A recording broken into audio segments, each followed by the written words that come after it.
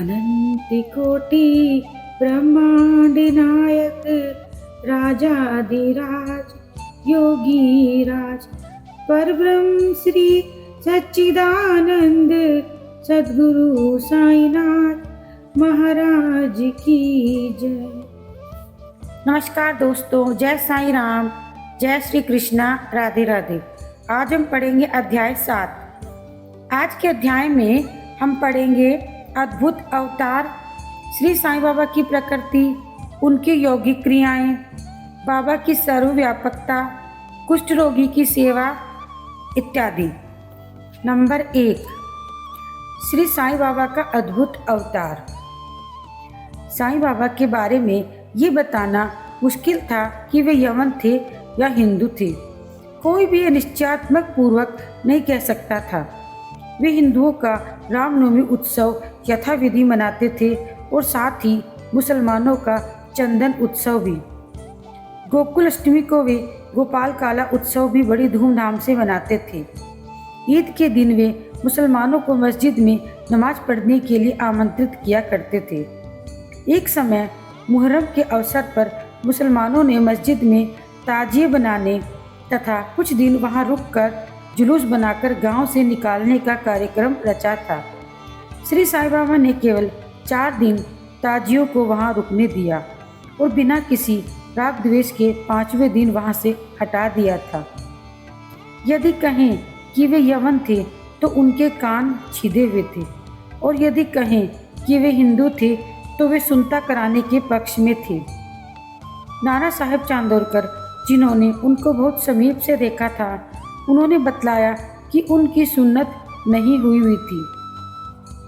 यदि कोई उन्हें हिंदू घोषित करे तो वे सदा मस्जिद में निवास करते थे, और यदि यवन कहें तो वे सदा धूनी प्रज्वलित रखते थे तथा अन्य कर्म जो इस्लाम धर्म के विरुद्ध हैं, जैसे चक्की पीसना, शंख घंटानाद, होम करना, अन्नदान करना, अर्घ द्वारा पूजन आदि सदैव वे करते रहते थे। यदि कोई कहे कि वे यवन थे तो कुलीन ब्राह्मण और अग्निहोत्री भी अपने नियमों का उल्लंघन कर उन्हें सदा साष्टांग नमस्कार किया करते थे। जो उनके स्वदेश का पता लगाने गए, उन्हें अपना प्रश्न ही विस्मृत हो गया और वे उनके दर्शन मात्र से मोहित हो गए। वास्तव में इसका निर्णय कोई न कर पाया कि यथार्थ में साईं बाबा हिंदू थे या यवन। इसमें आश्चर्य ही क्या है। जो अहम व इंद्रियजन्य सुखों को तिलांजलि देकर ईश्वर की शरण में जाता है तथा उसे ईश्वर के साथ अभिन्नता प्राप्त हो जाती है, तब उसकी ना कोई जाति रहती है ना कोई धर्म। इसी कोटि में श्री साईं बाबा थे। वे जातियों और प्राणियों में किंचित मात्र भी भेदभाव नहीं रखते थे। फकीरों के साथ वे आमिष और मछली का सेवन भी कर लेते थे। कुत्ते भी उनके भोजन पात्र में मुंह डालकर स्वतंत्रता पूर्वक खाते थे, परंतु उन्होंने कभी कोई आपत्ति नहीं दिखाई। ऐसा अपूर्व और अद्भुत श्री साईं बाबा का अवतार था। गत जन्मों के शुभ संस्कारों के परिणाम स्वरूप मुझे भी उनके श्री चरण के समीप बैठने और उनका सत्संग लाभ उठाने का सौभाग्य प्राप्त हुआ। मुझे जिस आनंद व सुख का अनुभव हुआ, उसका वर्णन मैं किस प्रकार कर सकता हूँ। यथार्थ में बाबा अखंड सच्चिदानंद थे। उनकी महानता का बयान कौन कर सकता है। जिसने उनके श्री चरण कमलों में शरण ली, उसे साक्षात्कार की प्राप्ति हुई। अनेक सन्यासी, साधक, मुमुक्षुजन भी श्री साईं बाबा के पास आया करते थे। बाबा भी सदैव उनके साथ चलते फिरते, उठते बैठते, उनसे वार्तालाप कर उनका चित्तरंजन किया करते थे। बाबा के मुंह पर हमेशा अल्लाह मालिक रहता था। वे कभी भी विवाद और मतभेद में नहीं पड़ते थे तथा शांत और स्थिर रहते थे, परंतु कभी कभी वे क्रोधित हो जाया करते थे। वे सदैव ही वेदांत की शिक्षा दिया करते थे। कोई भी अंत तक यह न जान सका कि श्री साईं बाबा वास्तव में कौन थे। अमीर और गरीब दोनों उनके लिए एक समान थे। वे लोगों के गुहा व्यापार को पूर्णतया जानते थे और जब वे रहस्य प्रकट करते सब विस्मित हो जाते थे। स्वयं ज्ञान अवतार होकर भी वे सदैव अज्ञानता का प्रदर्शन किया करते थे। उन्हें आदर सत्कार से सदैव अरुचि थी। इसी प्रकार का श्री साईं बाबा का वैशिष्ट्य था। वे थे तो शरीरधारी, परंतु कर्मों से उनकी ईश्वरीयता स्पष्ट झलकती थी। शिरडी के सकल नर नारी उन्हें परब्रह्म ही मानते थे। नंबर 2, बाबा की प्रकृति। आगे हेमाड पंत जी लिखते हैं, श्री साईं बाबा की अद्भुत लीलाओं का वर्णन नहीं कर सकता। शिरडी के प्राय समस्त मंदिरों का उन्होंने जीर्णोद्धार किया। श्री तात्या पाटिल के द्वारा शनि, गणपति, शंकर, पार्वती, ग्राम्य देवता और हनुमान जी आदि के मंदिर ठीक करवाए। उनका दान भी विलक्षण था। दक्षिणा के रूप में जो धन एकत्रित होता था उससे वे किसी को 20 रुपये, किसी को 15 रुपये या किसी को 50 रुपये इस प्रकार प्रतिदिन स्वच्छता पूर्वक वितरण कर देते थे। प्राप्तिकर्ता उसे शुद्ध दान समझता था। बाबा की सदैव यही इच्छा रहती थी कि उसका उपयुक्त रीति से व्यय किया जाए। बाबा के दर्शन से भक्तों को अनेक प्रकार का लाभ पहुंचा। अनेकों निष्कपट और स्वस्थ बन गए। दुष्टात्मा पुण्यात्मा में परिणित हो गए। अनेकों कुष्ठ रोग से मुक्त हो गए। अनेकों को मनोवांछित फल की प्राप्ति हुई। पंगुओं की पंगुता नष्ट हो गई। उनकी कीर्ति दूर दूर फैलती गई और भिन्न भिन्न स्थानों से यात्रियों के झुंड शिरडी आने लगे। बाबा सदा धूनी के पास ही आसन जमाए रहते और वहीं विश्राम किया करते थे। वे कभी स्नान करते और कभी स्नान किए बिना ही समाधि में लीन रहते थे। वे सिर पर एक साफा, कमर में धोती और तन ढकने के लिए एक कफनी धारण करते थे। प्रारंभ से ही उनकी वेशभूषा इसी प्रकार थी। अपने जीवन काल के पूर्वार्ध में वे गांव के चिकित्सा कार्य का भी काम किया करते थे। रोगियों को निदान कर उन्हें औषधि भी देते थे और उनके हाथ में अपरिमित यश था। इस कारण से वे अल्पकाल में ही योग्य चिकित्सक विख्यात हो गए। नंबर 3, विलक्षण नेत्र चिकित्सा। एक बार एक भक्त की आंखें लाल हो गई। उनमें सूजन भी आ गई थी। किसी भक्त ने रोगी को बाबा के सामने पेश कर दिया।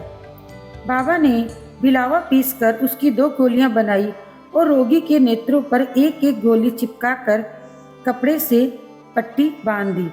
दूसरे दिन पट्टी हटाकर आंखों पर जल के छींटे मारे। सूजन कम हो गई और आंखें बिल्कुल ठीक हो गई। इस प्रकार बाबा ने उसकी व्याधि को हमेशा के लिए दूर कर दिया। नंबर 4, बाबा की योगिक क्रियाएं। बाबा को समस्त प्रकार की योगिक क्रियाओं का ज्ञान था। उनमें से 2 का उल्लेख है। ज्योति क्रिया। प्रति तीसरे दिन बाबा मस्जिद से पर्याप्त दूरी पर एक पेड़ के नीचे बैठकर इसे किया करते थे। लोगों ने देखा, उन्होंने अपनी आंतों को उधर से बाहर निकालकर उन्हें चारों ओर से स्वच्छ किया और समीप के वृक्ष पर सूखने के लिए रख दिया। शिरडी में इस घटना की पुष्टि करने वाले लोग अभी भी जीवित हैं। साधारणतः धोती क्रिया एक लंबे गीले कपड़े से की जाती है। इस कपड़े को मुंह के द्वारा उदर में उतार दिया जाता है तथा उसे लगभग आधा घंटे तक वहीं रहने देते हैं ताकि उसका पूरा प्रभाव हो जाए। तत्पश्चात उसे बाहर निकाल लेते हैं। पर बाबा की यह धोती क्रिया सर्वथा ही विचित्र और असाधारण थी। खंड योग। एक समय बाबा ने अपने शरीर के अंगों को पृथक पृथक कर मस्जिद के भिन्न भिन्न स्थानों पर रख दिए। अचानक से उसी दिन एक महाशय मस्जिद में पधारे और अंगों को इधर उधर बिखरा देखकर वे बहुत डर गए। पहले उनकी इच्छा हुई कि ये खबर गांव के अधिकारी को दे देनी चाहिए कि किसी ने बाबा का खून कर उनके टुकड़े टुकड़े कर दिए हैं, परंतु सूचना देने वाला ही पहले पकड़ा जाता है, ये सोचकर वे मौन रहे। दूसरे दिन जब वे मस्जिद गए तो बाबा को पहले की तरह हष्ट-पुष्ट और स्वस्थ देखकर उन्हें बड़ा विस्मय हुआ। उन्हें ऐसे लगा कि पिछले दिन जो दृश्य देखा था वो स्वप्न ही था। बाबा बाल्यकाल से ही योगिक क्रियाएं किया करते थे और उन्हें जो अवस्था प्राप्त हो चुकी थी उसका सत्य ज्ञान किसी को भी नहीं था। चिकित्सा के नाम पर उन्होंने कभी किसी से एक पैसा भी स्वीकार नहीं किया। अपने उत्तम लोकप्रिय गुणों के कारण उनकी कीर्ति दूर दूर तक फैल गई। उन्होंने अनेक निर्धन रोगियों को स्वस्थ किया। इस प्रसिद्ध डॉक्टरों के डॉक्टर, मसीहों के मसीहा ने कभी अपने स्वार्थ की चिंता न कर अनेक विघ्नों का सामना किया तथा स्वयं असहनीय वेदना और कष्ट सहन कर सदैव दूसरों की भलाई की, उन्हें विपत्तियों में सहायता पहुंचाई। वे सदा परम कल्याणार्थ चिंतित रहते थे। नंबर 4, बाबा की सर्वव्यापकता और दयालुता। सन 1910 में एक बार बाबा दीपावली के शुभ अवसर पर धूनी के समीप बैठे अग्नि ताप रहे थे तथा साथ ही धूनी में लकड़ी डालते जा रहे थे। धूनी प्रचंडता से प्रज्वलित थी। कुछ समय पश्चात उन्होंने लकड़ियां डालने के बदले अपना हाथ धूनी में डाल दिया। हाथ बुरी तरह से झुलस गया। माधवराव देशपांडे ने बाबा को धूनी में हाथ डालते देखकर तुरंत दौड़कर उन्हें बलपूर्वक पीछे खींच लिया। माधवराव ने बाबा से कहा, देवा, आपने ऐसा क्यों किया? बाबा सावधान होकर कहने लगे, यहाँ से कुछ दूरी पर एक लुहारिन जब भट्टी धोंक रही थी उसी समय उसके पति ने उसे बुलाया। कमर पर बैठे हुए शिशु का ध्यान छोड़कर वह शीघ्रता से दौड़कर चली गई। अभाग्यवश शिशु फिसलकर भट्टी में गिर गया। मैंने तुरंत भट्टी में हाथ डालकर शिशु के प्राण बचा लिए। मुझे अपना हाथ जल जाने का कोई दुख नहीं है, परंतु मुझे संतोष है कि एक मासूम शिशु के प्राण बच गए। नंबर 5, कुष्ठ रोगी की सेवा। माधवराव देशपांडे के द्वारा बाबा का हाथ जल जाने का समाचार पाकर श्री नाना साहेब चांदोरकर बम्बई के सुप्रसिद्ध डॉक्टर श्री परमानंद के साथ दवाइयाँ, लेप, मरहम, पट्टियाँ लेकर शीघ्रता ही शिरडी आ गए। उन्होंने बाबा से डॉक्टर परमानंद को हाथ की जांच करने और जले हुए स्थान पर दवा लगाने की अनुमति मांगी, पर बाबा ने अस्वीकार कर दिया। बाबा ने हाथ जल जाने के पश्चात एक कुष्ठ रोग पीड़ित भक्त भागोजी शिंदे द्वारा अपने हाथ का इलाज करवाना ज़्यादा मुनासिब समझा। उनका कार्य था कि प्रतिदिन जले हुए स्थान पर घी मलना और उसके ऊपर एक पत्ता रखकर पट्टियों से उन्हें पहले की तरह कसकर बांध देना। नाना साहेब चांदोरकर ने पट्टी छोड़ने तथा चिकित्सा करवाने के लिए बाबा से बार बार अनुरोध किया।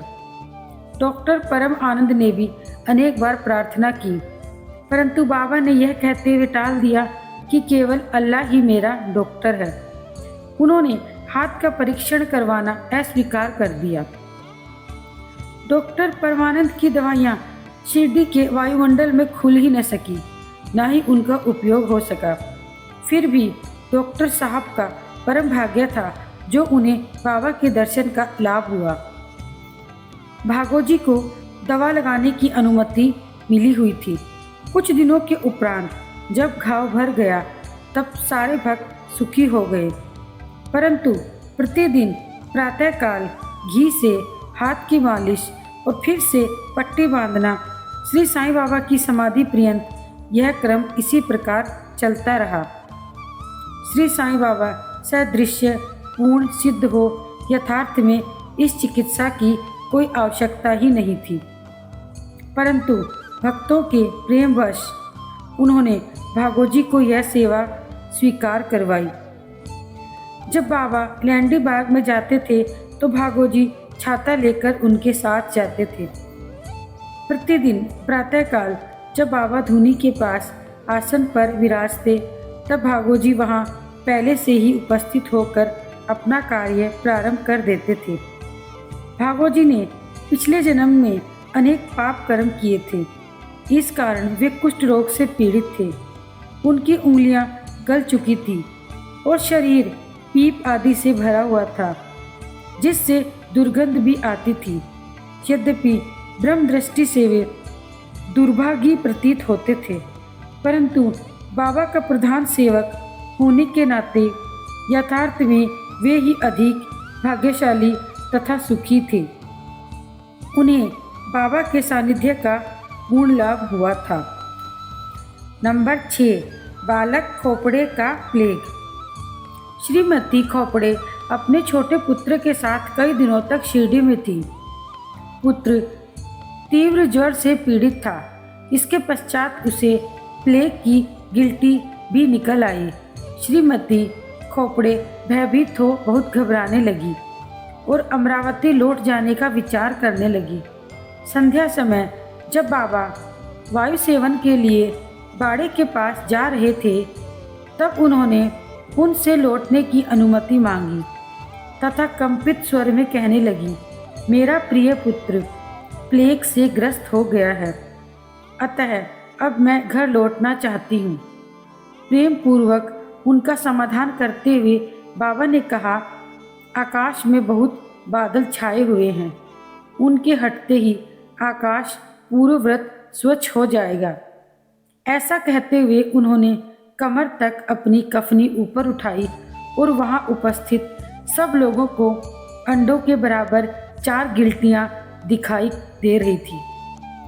देखो, मुझे अपने भक्तों के लिए कितना कष्ट उठाना पड़ता है, उनके कष्ट मेरे हैं। यह विचित्र और असाधारण लीला देखकर लोगों को विश्वास हो गया कि संतों को अपने भक्तों के लिए किस प्रकार कष्ट सहन करने पड़ते हैं। संतों का हृदय मोम से भी नरम और मक्खन जैसा कोमल होता है। वे अकारण ही भक्तों से प्रेम करते हैं और उन्हें अपना निजी संबंधी बताते हैं। नंबर 7, पंढरपुर गमन और निवास। नाना साहेब चांदोरकर बाबा के परम भक्त थे। उनको पंढरपुर में तहसीलदार के पद पर नियुक्ति का और बढ़ोतरी का हुक्म मिला। उनका पंढरपुर को तबादला हो गया। उन्हें श्री साईं बाबा की भक्ति फलदायी हो गई, क्योंकि उन्हें पंढरपुर में रहने का अवसर प्राप्त हो गया। नाना साहेब को शीघ्र ही कार्यभार संभालना था, इसलिए वे बिना किसी को सूचित किए शीघ्रता से शिरडी को रवाना हो गए। अब वे अपने पंढरपुर में अचानक ही पहुंचकर अपने विठोबा बाबा को नमस्कार कर आगे प्रस्थान करना चाहते थे। नाना साहेब के आगमन की किसी को भी सूचना न थी, परंतु बाबा तो अंतर्यामी थे। जैसे ही नाना साहेब नीम गांव पहुँचे, बाबा मालसापति, अप्पा शिंदे और काशीराम से वार्तालाप कर रहे थे। उसी समय मस्जिद में स्तब्धता छा गई और बाबा ने अचानक ही ऐसा भजन गाने शुरू कर दिया जिसका भावार्थ ये था, मुझे पंढरपुर जाकर वहीं रहना है, क्योंकि वह मेरे स्वामी ईश्वर का घर है।